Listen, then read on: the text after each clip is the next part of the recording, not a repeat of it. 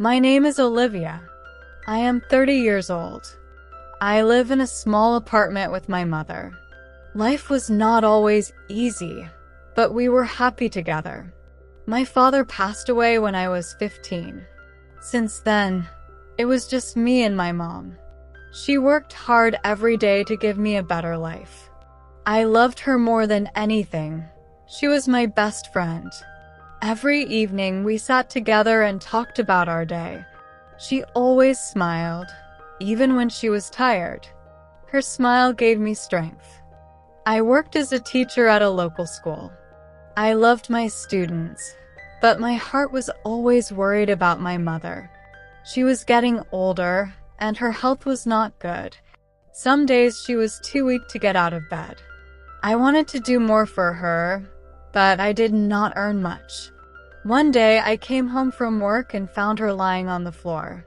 My heart stopped. I ran to her and held her hand. "Mom, wake up," I cried. Her face was pale, and her hands were cold. I called an ambulance, and they took her to the hospital.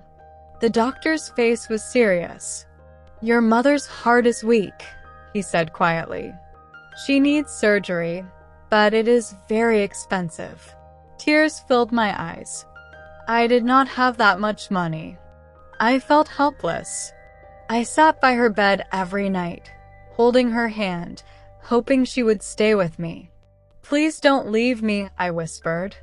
Days turned into weeks. I worked harder than ever. I took extra classes and gave private lessons. I saved every penny, but it was not enough. One evening, as I walked home from work, it started to rain. I had no umbrella and my clothes were wet. I felt tired and broken. I wanted to be strong, but I was scared. What if I lost her? When I reached home, I found a letter in the mailbox. It had no name. I opened it with shaking hands. Inside there was a small note, "For your mother's surgery. Take care of her." And with the note, there was $20,000. My heart raced. Who sent this? Why? I did not know, but it was enough to save her. The next day, I took my mother to the hospital. The surgery was long, and I waited outside, praying for a miracle. Hours passed. Finally, the doctor came out. "The surgery was successful," he said softly. "Your mother will be okay." Tears fell down my face. I ran to her room and held her hand. "You're safe, Mom," I whispered. A week later, my mother came home. Her smile was warm again. Life slowly became better, but I still wondered who helped us. Months passed, and I never found out who sent the money. But one day, as I was teaching, a man came to my classroom. His name was Daniel. He was tall and quiet, with kind eyes. "I wanted to see the teacher who changed my sister's life," he said. I remembered his sister, a shy girl who once struggled in my class. I had helped her when no one else did. "It was you," I said softly. "You helped my mother." He smiled gently. "You gave kindness without asking for anything." I wanted to do the same. Our lives crossed that day, and soon Daniel became more than a stranger. He became a friend.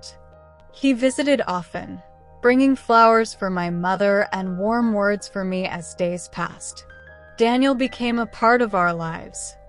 He visited every weekend, always bringing something. Fresh fruit for my mother, books for me, or simply his warm smile. My mother liked him. I could see it in the way her face lit up when he walked through the door. One evening after dinner, my mother smiled softly and said, "Daniel, you take care of us like family." He laughed gently.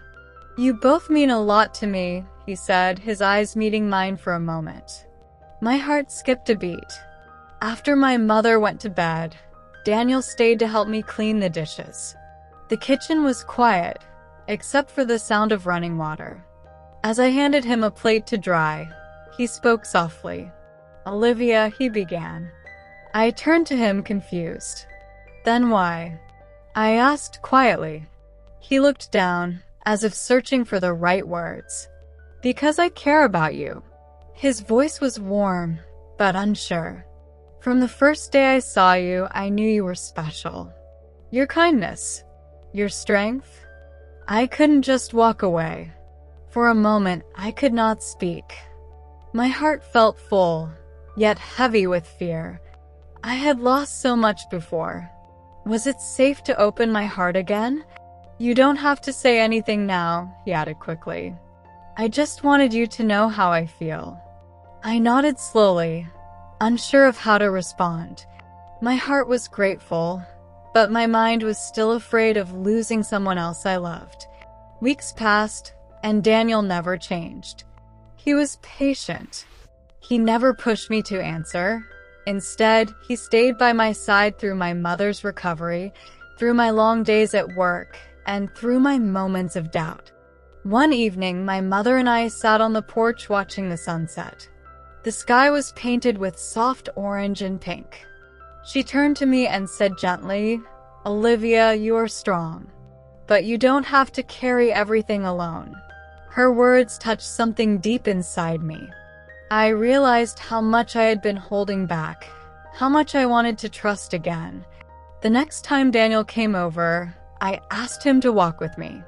We strolled through the park, the autumn leaves crunching beneath our feet. My heart pounded as I finally spoke. "Daniel," I said softly, "I'm scared to let someone in, but I don't want to lose you." He stopped walking and turned to face me. His eyes were warm, full of understanding. "You won't lose me, Olivia," he promised. "I'm here, and I'm not going anywhere." For the first time in a long time, I felt safe.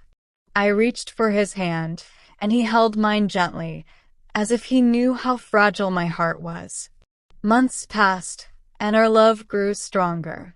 My mother grew healthier, and I smiled more. With Daniel by my side, the pain I once carried felt lighter. One day after dinner, Daniel stood up and took a small box from his pocket. My heart raced as he knelt down in front of me. "Olivia," he said softly, "you taught me that kindness can change a life. You changed mine. Will you marry me?" Tears filled my eyes, but this time they were tears of joy. I nodded, unable to speak. "Yes," I whispered. "Yes, Daniel."